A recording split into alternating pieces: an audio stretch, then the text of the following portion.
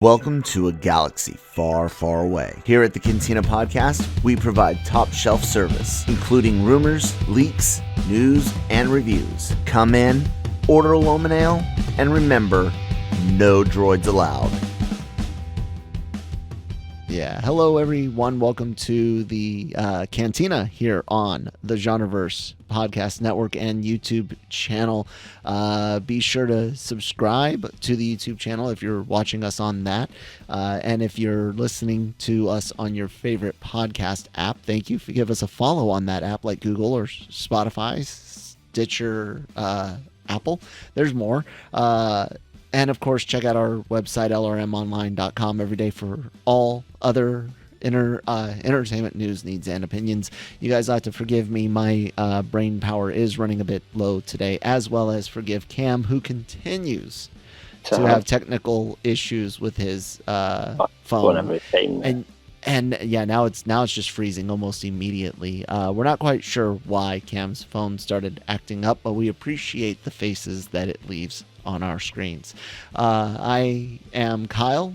That's Cam, if I didn't already say that. Like I said, brain issues today. So this will be my last video for today. But I am excited to talk about Andor, episode 10. It was great. I cannot believe that people are calling this show boring because it doesn't have techno dancing lightsabers, because it doesn't have a bunch of Rebels or Clone Wars cameos, although it did have Saw Gerrera. This is everything that we read in the novels. Like, I'm guessing the reason why I don't like the modern novels is because they're garbage and they're filled with stuff of no consequence, but not well written. This is filled with stuff of no consequence because we know where it's going, but it's well written and executed. The amount of, if we look at the Emmy award winning shows, right, they are quite rarely they are the ones that are necessarily the most popular, right? And it's the same that we find with movies as well. You know, the kind of there tends to be a kind of certain thing that some people just, you know, they don't like. This is award worthy. This one's not. I think Andor, when you look at it, I mean, it's going to be up for Emmys, Kel. This show, I would hope so. It's that freaking good. Amazing. Amazing set design, costume design, amazing cinematography. But I think the only thing I don't like is the music. And we're critics, you know, and it's the kind of show that appeals to people that are critics in some ways. This appeals to Star Wars fans that aren't critics that I know of, but they're not. I mean, 12. I certainly know as well, but I can't say that necessarily, right? I spoke to my sister, and she's a doctor. She's older than me. We kind of get into Star Wars together as kids, and she's only watched the first. It's freezing. Forget it. She's only watched the first kind of 3 episodes so far, and she just didn't like it. And her kind of boyfriend is like, he loves it, and him and I were sort of talking about it and how great it is, and we couldn't understand why she couldn't get into it. I don't get it. But to her, it's like there's no Jedis in it. There's no fantastical element to it. It's just a little bit. That's the thing that bugs me most, Cam. Do you see the face that you're making? Because it's great. I don't know if you're aware of that, but this is I like it. Leave it. No, do whatever you want. The thing that I don't get is it's a large galaxy. There's more going on in the galaxy than the Jedi, more than Skywalkers and Palpatines. There was so much. It's such a large world, and that was the best part about the EU and even the games. You know, some of the most popular games have nothing to do with frickin' Jedi. Kyle Katarn, before he gets his Force powers in Dark Forces, that was a really super popular game. All of the fighting space sims, hell, even the Pod Racer game was beloved. But like, it's this huge galaxy, and people only want this one tiny little fraction of it, especially if it contains Skywalker or Palpatine's involved in it.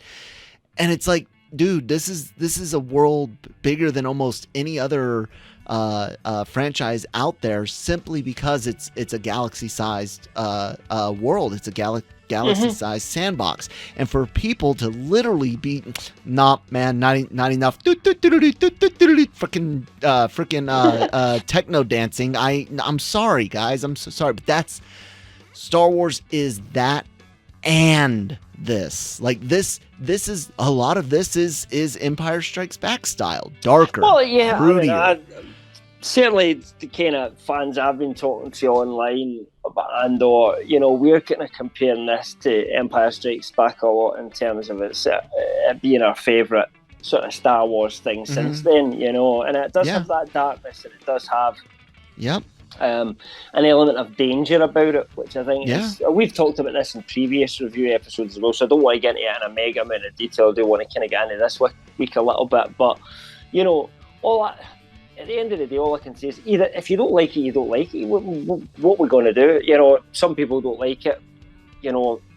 I don't get it. I really don't get it. But whenever I've written a review so far, whenever we've posted one of these Cantina reviews, the majority of the comments that we're getting is for people saying, "What are you two seeing in this? Because it's boring us." And they can't understand that point of view. I can't understand that. I don't get what's TV boring. Shows this year. It's fantastic. Is drama boring? If this was an original IP, to anyone listening in the comments, if this was an original IP about a sci-fi situation, and you're going through all of the same story beats, fighting against an evil government, dude gets imprisoned, prison's corrupt, like, if you followed all of this but didn't call it Star Wars, would you like it then? Is it literally because it's not filled with lightsabers? Is that the thing? Because if that's all Star Wars is to you, that's a really narrow point of view, and it limits what everyone's going to get in terms of content. It limits what the writers that love this and can't wait to write stories for. It's going to limit what they're able to write, because people are going to be like, nope, you didn't have Ahsoka and you didn't have a lightsaber, so nope, I don't want. They don't want it. Go back and rewrite it. I mean, Rogue Squadron's one of the most beloved book series there was. That's why it was going to get a movie. And it's not for a while that anyone in that group that Mike Stackpole wrote those stories about gets a freaking lightsaber. And hell, it takes Quran a long time before he agrees to actually use it and train to be a Jedi. And trust me, even Cam, who doesn't even care for most of the EU, you like the Rogue Squadron books, right? Yes. I mean, it was certainly, I liked the EU earlier on, and it got better and it got worse to me as they got further and further away. We've talked about this before, but for me, the Rogue Squadron books were fantastic. Those were some of my favourites. Every time there was a new one of them, it was like, grab it. And part of the appeal of it, I think, was the fact that there were no Jedi. Yes, that it was new. It was a new story with new characters, and that's kind of what, although it connects into the wider story in part in Star Wars, I think this is its own story, and instead of kind of Rogue One feeling like just a little precursor for A New Hope now, it kind of instead feels like the end of this story that we're starting with these characters, if that makes sense. And not only that, but I'll tell you guys honestly, I freaking hate the sequel trilogy. I think it's a complete waste of time, and along with the prequels, I'll probably never watch it again without serious monetary compensation. That being said, if you told me I was going to get the politics, the behind the scenes stuff, the rise of the First Order and the fall of the Republic, the New Republic, if you told me you were going to give me a story as well written as this, executing that storyline, I'd want to see it, because I'm into that stuff. That's the type of stuff that I wish had been in the sequel trilogy a bit. We learn bits and pieces about to be honest, the it's what I Empire. wished had been in the prequel trilogy a bit more as well. You know, it gave you at least the prequels gave you a little bit of world building and the policy. Yeah, politics but it just didn't have the darkness. It wasn't well written. It was like a facade. Written. Yeah, I mean, the thing about Andor is how well it is written. You know, there are some moments, some speeches, some scenes in episode 10 that are, you know, you just have to give some praise to the screenwriter Bo Willimon, because they're actually really fantastic little pieces, and we'll talk about them more when we get into spoilers. But you know, ultimately, you know, it's just that's what you get from Andor. It's just a really well written show, put together really well with a load of great actors. And it's also just happens to be in the Star Wars sandbox, which just gives it that added for me, kind of a little bit of flavour. Yeah, and it absolutely, so far, it's up there with one of the best TV shows this year, and I'm including all the critical darlings in that. I've not watched every TV show that's out there. This is amazing. There's some things that don't work to my taste as well, but you know, this is as good as, to me, as Better Call Saul's finale season. You know, it's not. That's the best TV show for me, like almost ever. So if that's the kind of top end, then this is pushing close to it. It really is. Probably because it's got that just little bit of Star Wars flavour. But even if you did take the Star Wars side of it out, there's still so much in there to just appreciate about the writing. Yes. I mean, we talked about this last week. The prison story itself could have been a series. It really could. You know, you could have just had that. Somebody getting arrested by a, you know, that's gold right there, but it would never sell. You'd never be able to put in the production quality that you've got in this. This feels like an HBO quality, you know, show. This feels like the final seasons of Game of Thrones or something like that, but better written, because the writing started to go off a cliff at that point. But the budget's there, everything looks so good. The cast are so brilliant. You know, it's actually going to be hard watching any Star Wars after this, because we're always going to... I'm worried the Mandalorian won't hold up as well as we thought. I hope I still enjoy it, but I mean, I do not expect it to hit the levels that Andor has hit. I really don't expect much. Unless we get another Mayfield episode, again, I will be glad. But you know, if I look at my ratings across this season, I've never been below an A- yet, and you know that I don't really think that's going to change now. And on that front, I gave it an A+ again this week, Kel. So that's 2 weeks in a row for me. I thought it was fantastic. I also gave it an A+. I think this episode, and I guess about 1340. This episode really truly just shine. Like it was perfectly executed on everything that we've been building up to in the prison arc. Wonderfully acted by everyone.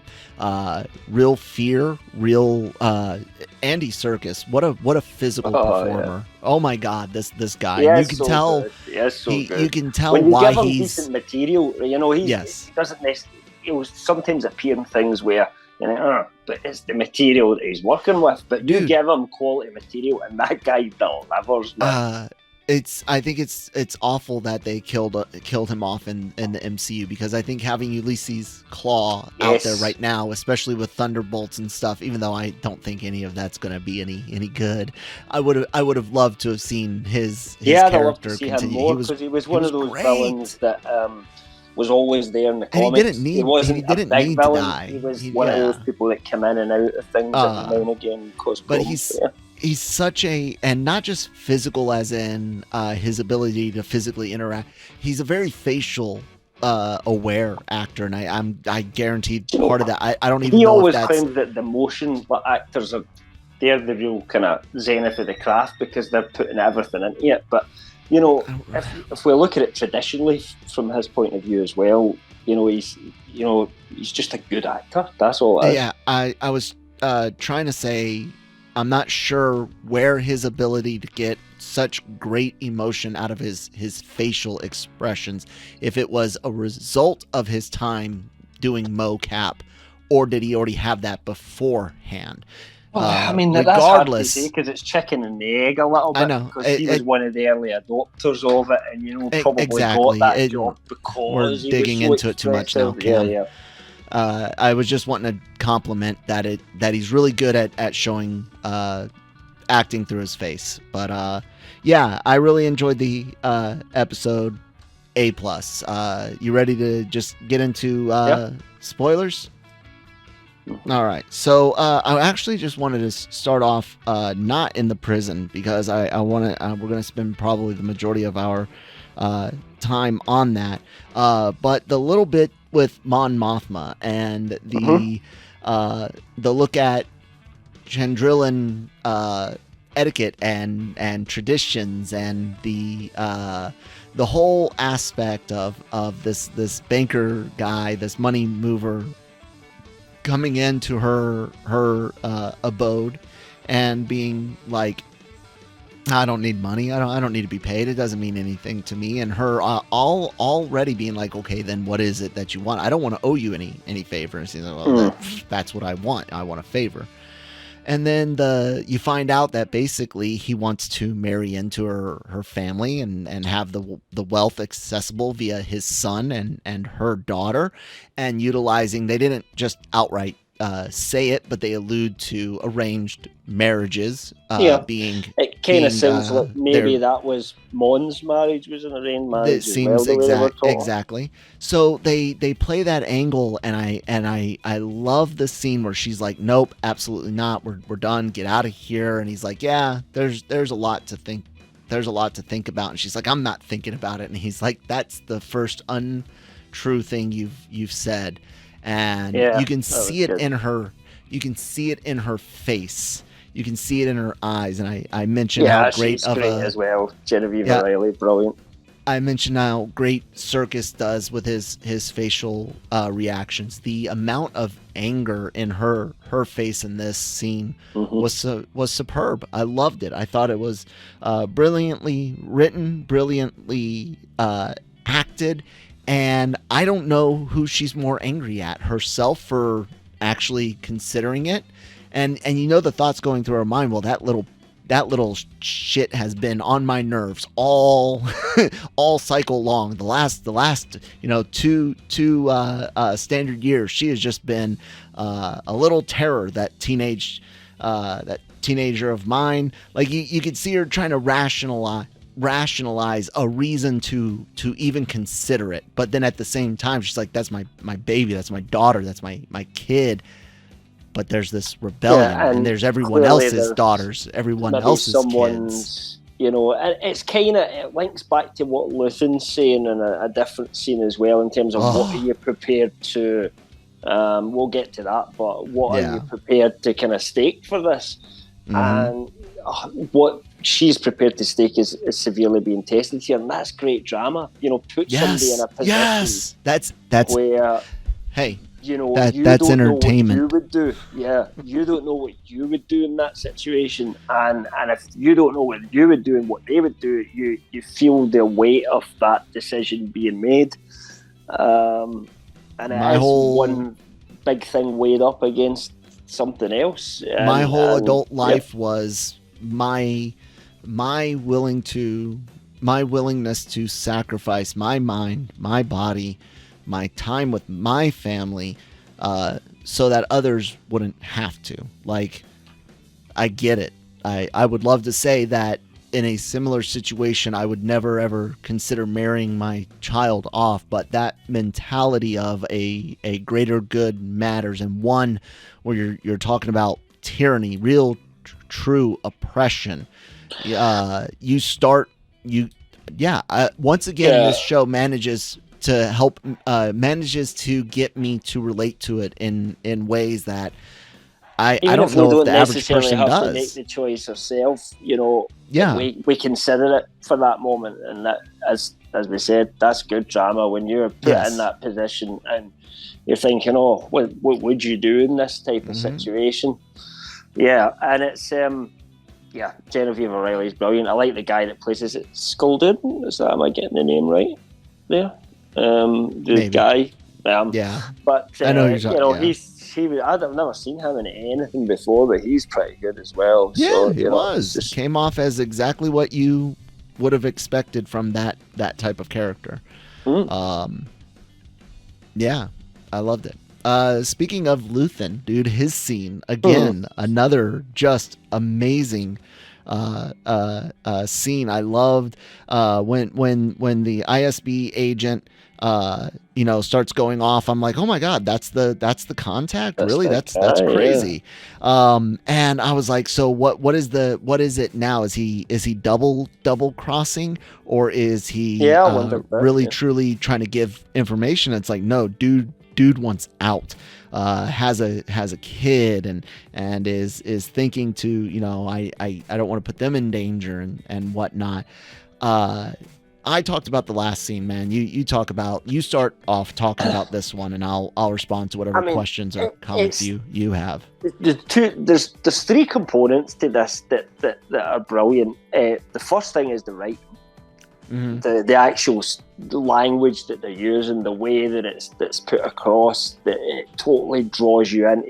You know exactly, without him making any threats, exactly what buttons are being pushed here. And the other component is the setup, because this is where the Star Wars side of it comes in. That you have this, lift that goes up, and the transmission sort of kicks in, and they're talking as he goes up this massively long lift that you would never have really on our planet anywhere. And then when he gets to the top, they're just on this, walkway, and Star Wars and walkways across. Yeah. There's just something almost iconic with that. It's shot almost like he's a Sith Lord standing there at the top of that, and I know that's not what they're trying to kind of. But there's something about the Star Wars soul that's in the imagery of that, and it looks, it almost looks like Bespin, Cloud City, kind of that run-down feel of the underworld, if you like, which is really cool as well. So it's got that going for it. And then the acting performances between, the guy that, obviously, Stellan Skarsgård is just amazing, but the other guy has Stellan Skarsgård. Fantastic. But the other actor, I don't know his name off the top of my head, but he's really good as well. I mean, you can see the whole thing being played out in his face, and at first that's all we've got because of the way it's shot as well. So that's brilliant in the terms of how they shot it. Most people would have him arrive at the top and then have that scene face to face, but there's just something about part of it's the fact that and the shaking. We hear his voice, but we only see the other guy's face. And then when they do meet each other, that monologue that he gives about, what he's given up, is just, the writing there is absolutely fantastic. It really is. It kind of tells you so much about his character. You don't really need much more character development than that, because in that one monologue you kind of almost know everything that you need to know about Luthen. I mean, the fans are debating now at what point 15 years ago was it that made him, which is, people have worked out as round about Order 66, but it probably just was the fact that the Empire became a thing in the first place, rather than trying to connect him back to it used to be a janitor working in the Jedi Temple or something like that. What Star Wars fans are like. It doesn't matter. That's the point. That's why this show's so good, because you don't need to know every single detail of that person's background to care about the character and understand where they're coming from, because that's what good writing does. It's show, not tell. And we've seen Luthen,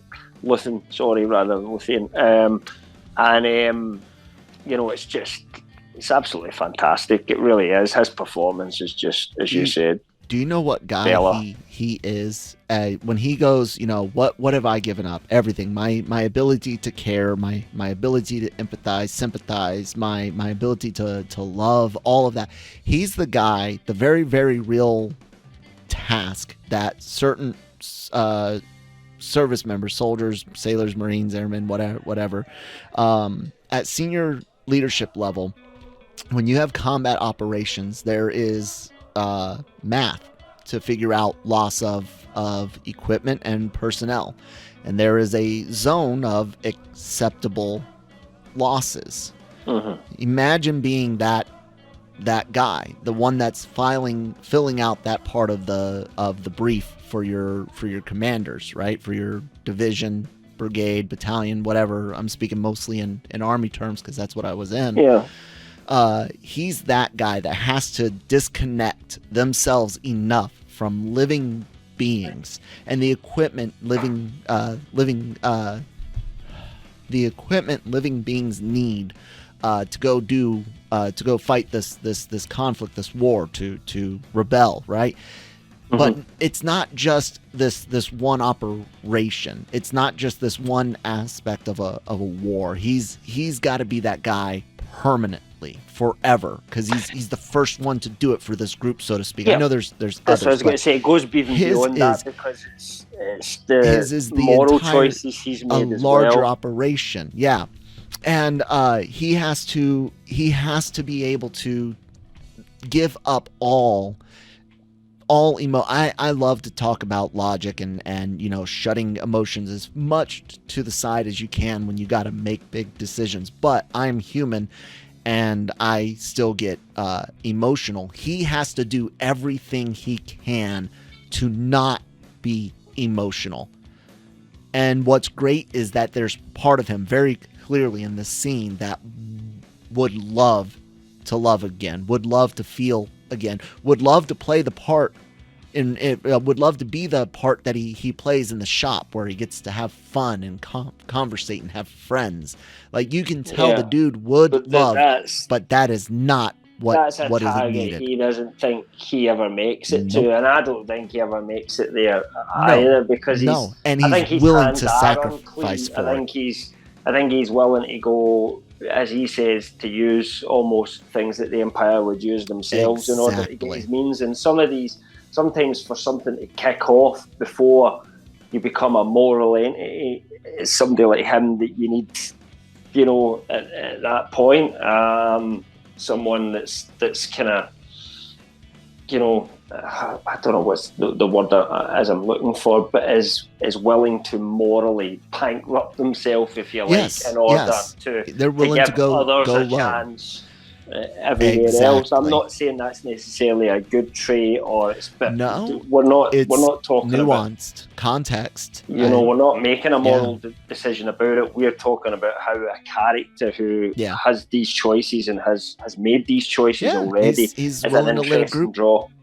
He's willing to he's got good information that could help protect a group of pilots and innocent civilians, and he's like, nope, we have to let them die in order to keep the veil up.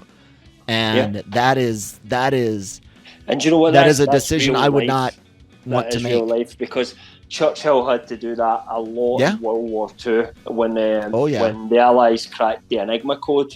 If he used every bit of intel, so he had to just say, right, we know we're going to get hit here, we have to take it, because that's the only way we keep up the ruse, so that come the time when we really show our hand, and it works ultimately, because obviously we were able to fake D-Day landings and all that sort of stuff, and know what was going on from their point of view. And if we'd like shot the bolt too quickly, that would never have happened. So it's absolutely based in real life sort of spycraft and warfare. This is Star Wars. This is not some crazy terrorist organisation that just wants to blow stuff up because they've built a bomb. This is a guy who's planning an actual takedown of the government. And we're going to get to the prison in a minute, but there's a whole lot of people willing to join up, put it that way, at the moment. Well, let's go ahead and segue into our prison and the fact that there's only one way out. One way out. So the whole prison break aspect is fun, wonderfully executed. The way they planned on shorting out the floor was great. The fact that Andy Serkis almost got hit himself when the power does hit the floor was an interesting take.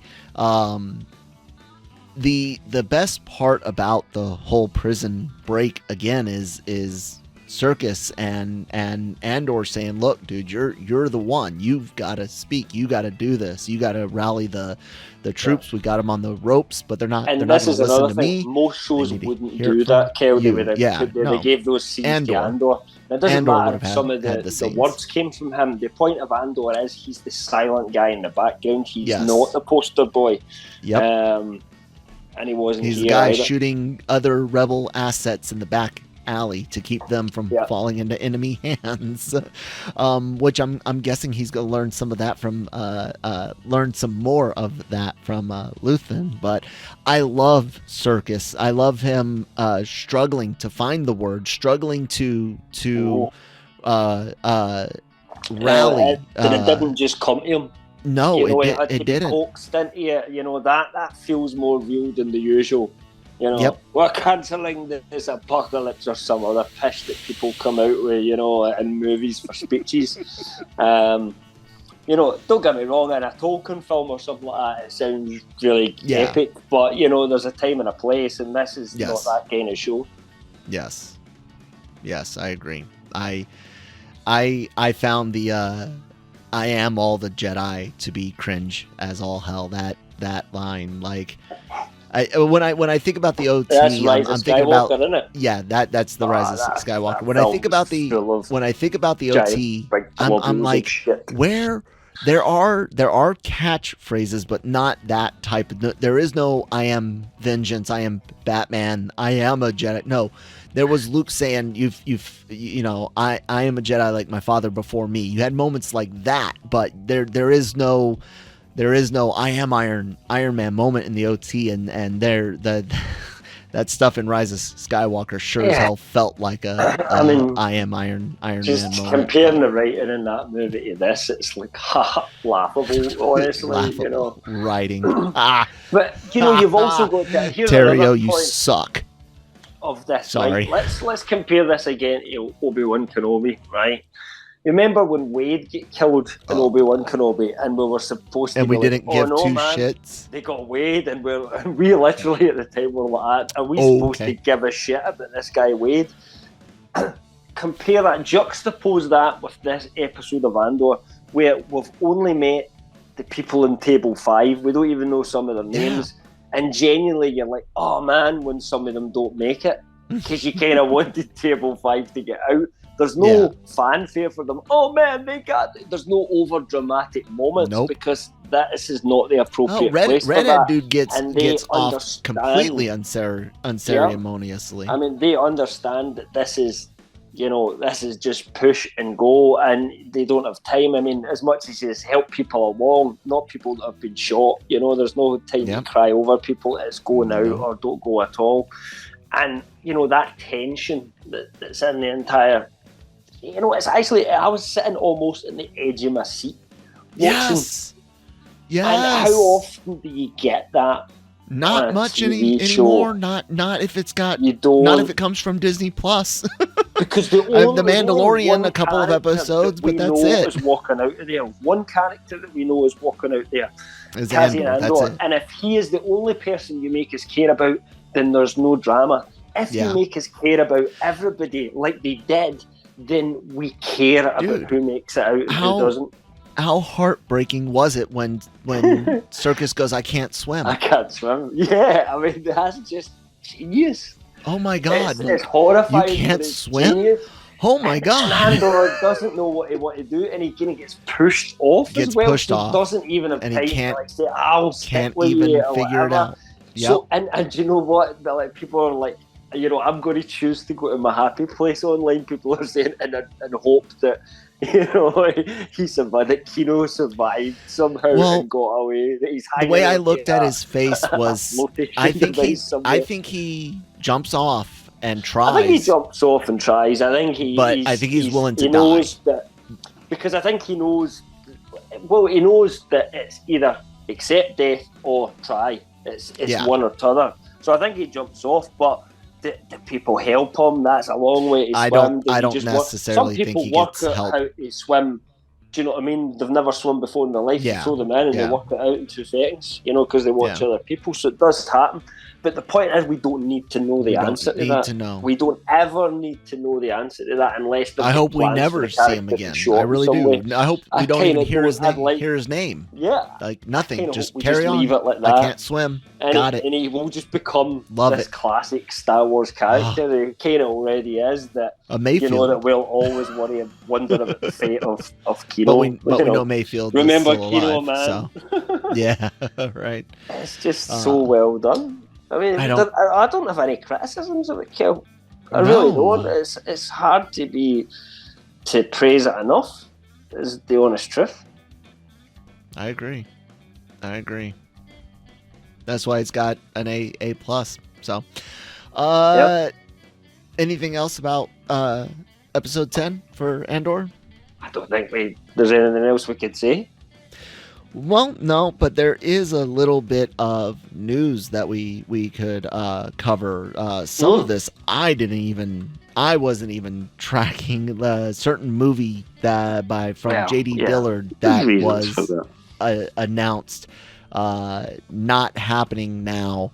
And then we've got word that Sean Levy of Deadpool, and didn't he work on No, never mind.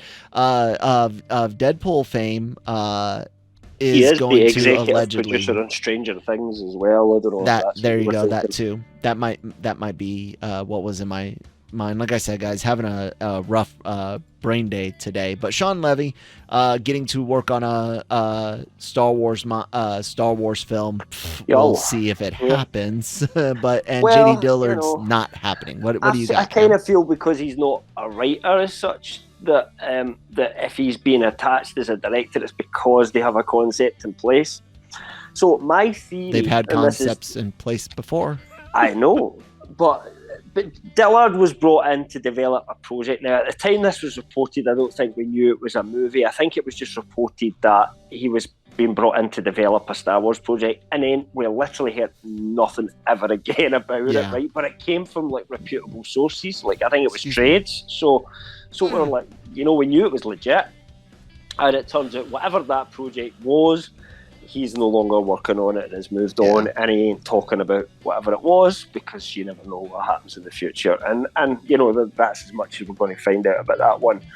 But the Sean Levy thing, my theory is that he is being tapped to direct the Kevin Feige film, right? So this is what I've got in my mind, right? First film up, I think, is going to be Damon Lindelof's, because that just feels to me, from what we're hearing, that it's further along. And we know the director of that. I can't remember her name off the top of my head because it's not a common name. It's a double-barreled surname. Sorry, whoever that director is. But I'm sure you'll become a more household name after you've directed a Star Wars movie. People will certainly remember you at that point. You could look up because you're Charmaine Obaid Chinoy. I'm sorry if Chinoy. I think I'm butchering the name. I'm sorry, but Charmaine seems to be the first name. Yep, and so we know that one is going ahead. Then we've got the Taika Waititi movie, which he's not writing himself, but he is one of the writers, and then he's going to be directing it.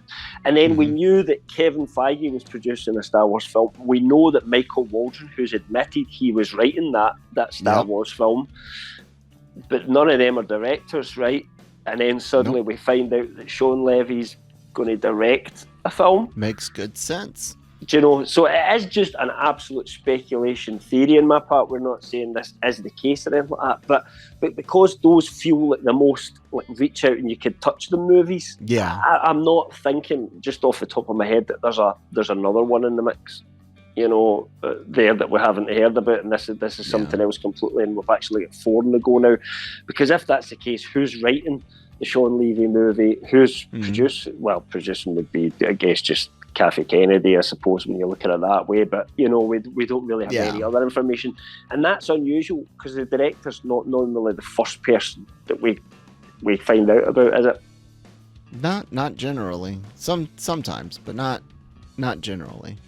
I'm interested to see what actually is going to happen. I didn't think about until your piece about or until just now talking about your piece on LRMonline.com.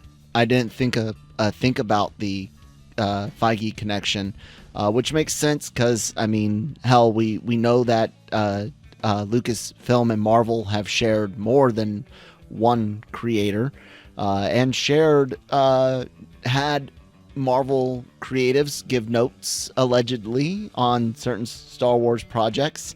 Some of those notes apparently weren't very good because Kenobi still sucked. So yeah, I could see that happening. I'm down with it. The thing is, I'm just excited to see if we actually get. I don't want to say excited, but I'm interested if and when we're going to actually get a hard date. This is happening, like, you know what I'm saying? Like, I want to know when the next Star Wars film actually starts filming. Yeah. The thing is, I think Levy's is further out, and the reason I say that is because the next film that he is scheduled to direct is Deadpool 3. Yeah. We know that there is a Free Guy 2 in the works that's being developed, I think, as well at Disney. And he's also EP, as I said, on Stranger Things, which is going into Stranger Things 5, the final season. Now, he won't be maybe day-to-day on that, but he'll still be involved in it. That's why I think this could be further out than either the Damon Lindelof or the Taika Waititi one, and that's where it therefore makes more sense to be the Feige one. But again, we'll just have to wait and see which comes out when. What we don't know at the moment is when they're set, what they're about, whether they're connected in any way whatsoever. So it's a complete mystery for the moment. We'll see. We'll be here for it, guys, and so will the Cantina. We hope. And some other good news as an Andor fan. Season 2 begins filming at the end of this month. And we will be going to Yavin 4 at some point, which is kind of expected if you think about it in terms of where the story's leading up to. Yep, absolutely. And then we can wrap up the last, very, very last. Please, for the love of God, let this be the last time we visit between episodes 3 and 4. I'm so tired of it. I'm so tired of it. Anyways, guys, time to wrap it up. We've got lots of things going on at LRMonline.com. Written reviews, articles covering news and leaks worthy rumors, and of course celebrity interviews, as well as the podcasts. And the podcasts go up on all your favorite podcast apps like Google and Spotify, Apple and Stitcher, all of those great ones. All of the podcasts go up on YouTube as well. What are these podcasts? Well, you got Anime-Versal Reviews, The Cantina, Daily Cup of Genre, and Breaking Geek Radio. Those last two cover anything and everything you can imagine in entertainment news, geeky, pop culture stuff. Marvel Multiverse Mayhem, like Anime-Versal Reviews, the subject's in the title. We've also got anime reactions with AVR Squared, Genre Shot, trailer reactions, and so much more. So, guys, hit the red subscribe button. Why aren't you subscribed yet? Why aren't you following us on your favorite podcast app for all of this content? And more to come in the future. I assure you guys, we are constantly looking at ways to grow. And speaking of growth, if you've ever thought about writing, contact any of us. We got our social media information. Hit a DM. Hit us up at our emails in the on LRMonline.com. Like seriously, if you've ever thought about writing reviews or anything, articles, opinion pieces, have at it. Let us know. Cam, anything else you want to throw out? No, you've covered everything, man. All right, guys, with that, we got 11 and 12. Two more episodes to go. We'll see how it all shakes loose, and we'll see you next week. May the force be with you.